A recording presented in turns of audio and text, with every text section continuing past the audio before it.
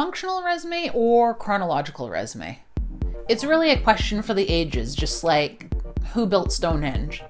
In this video, I'm going to settle the score and tell you if you should be using a functional resume or a chronological resume. If you want twice weekly tips, tricks, and advice that will help advance your job search faster, then you're in the right place. I post new videos every Tuesday and go live every Thursday. My videos will equip you with some of the most valuable information that will make your job search easier, because job searching shouldn't be this hard. I'm Kamara Toffolo, resume writer, LinkedIn consultant, and job search strategist who helps established professionals dare to do work differently and land great fitting gigs. First, let's look at the difference between a functional resume and a chronological resume. A functional resume places a lot of emphasis on skills and less on experience. It leads with a lot of expansion upon our skills, and then it follows up with a bit of a quick hit section that just lists our work experience. I often see career changes going for a functional resume, and that's because they think they don't have relevant experience and think that this is the best option to showcase transferable skills. Or professionals with eclectic careers, I often find that they go for functional resumes too, because they find themselves challenged with bringing everything together in a cohesive story, and a functional resume seems like the best option for them. But is it? A chronological resume lists your work experience in reverse chronological order and then allocates your accomplishments to each job in which they occurred. Chronological resumes really use accomplishments to back up your skills. Many might refer to the look of this chronological resume as a hybrid resume, so a mix of functional and chronological. The reason they might call it a hybrid resume is because it opens up with a professional profile paragraph and then a skills section follows after that. You might see this similarly on a functional resume, but this specific section on the resume isn't really the one that distinguishes between a chronological or a functional or a hybrid resume.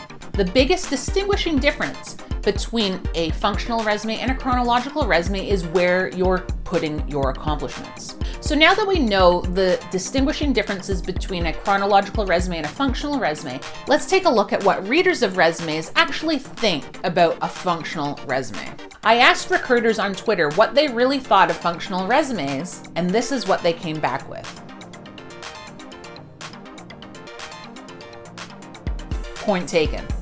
So recruiters really hate functional resumes. But why? So many bullets. Functional resumes have huge blocks of text. Huge blocks of text are difficult to get through quickly. And as we all know, quickly is the operative word here. Check out my video on the 6-second scan, which I've linked in the description below. Chronological resumes, on the other hand, are much easier on the reader's eyes. My eyes aren't bleeding. They break up text, which gives the eyes a break and makes for much easier scanning of your resume, and keeps the reader reading, which is exactly what you want your resume to do. Catch the reader's eyeballs and keep them there. So did they increase efficiency at this job, this job, this job? When you've lumped all of your accomplishments in one section, that leaves your resume open to the interpretation and imagination of the reader. It also creates work for the reader and forces them to figure out, or more likely assume, where you did the things that you said you did. But with chronological resumes, oh yeah, I can see this person's qualified. Because they allocate your accomplishments to the job in which they occurred, the reader can get a very quick idea of where you demonstrated your skills and where you did the things that they're hiring for. I see you, little career gap. Functional resumes have a definite baffle with bullshit flavor. Because a reader can't deduce where you did something that you say you did, they automatically assume that you may have something that you might be trying to hide, whether that's a career gap or a skill gap or something else. This is dangerous territory. Yeah, COVID's a Thanks for telling me about your career gap. Chronological resumes, on the other hand, make it really hard to hide things, especially career gaps. But they also give you this space to expand upon and explain career gaps, and how those gaps may have come to be, and how you've productively been spending the time. I have a lot of videos on addressing career gaps, so please make sure you check them out. They're all linked in the description below. So has this person really developed or grown as a professional or not? We can't rely on our titles to tell our career story, because oftentimes titles are weird and made up. Customer happiness officer, anyone?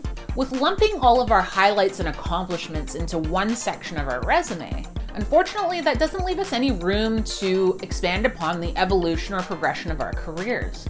That's a real career glow up you had there. Chronological resumes, on the other hand, let our accomplishments do the talking, not our titles.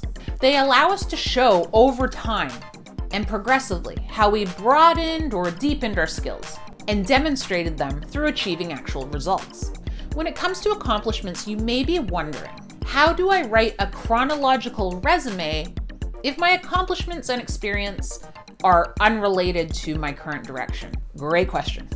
You make that experience and those accomplishments make sense. And the way that you do this is with my 5R framework. Sorry for those who have heard this many times already, but let's go over it. The 5R framework is you reframe your accomplishments so that they are relevant to your target career direction, they relate to your target job, they reinforce skills and strengths required and desired in your target job, and they resonate with your target employer.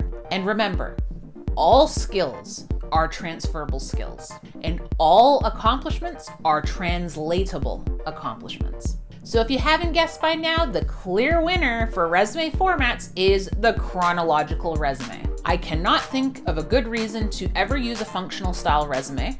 And if your target audience, recruiters, hate them, why would you waste your time building a resume that they don't want to read? And here's my cue for you, actually several.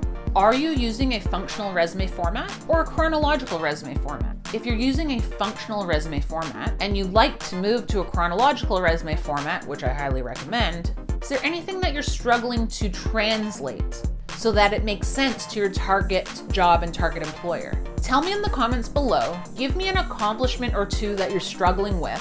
Tell me what your target job is and I'll help you translate them. I make a lot of videos, but I also make free guides to help you in your job search. If you'd like my free cover letter guide and checklist, make sure you sign up for it and look for the link in the description below. And if you found this video helpful, give it a like, share it with a friend, and click on my face over there and subscribe. And I'll see you next time.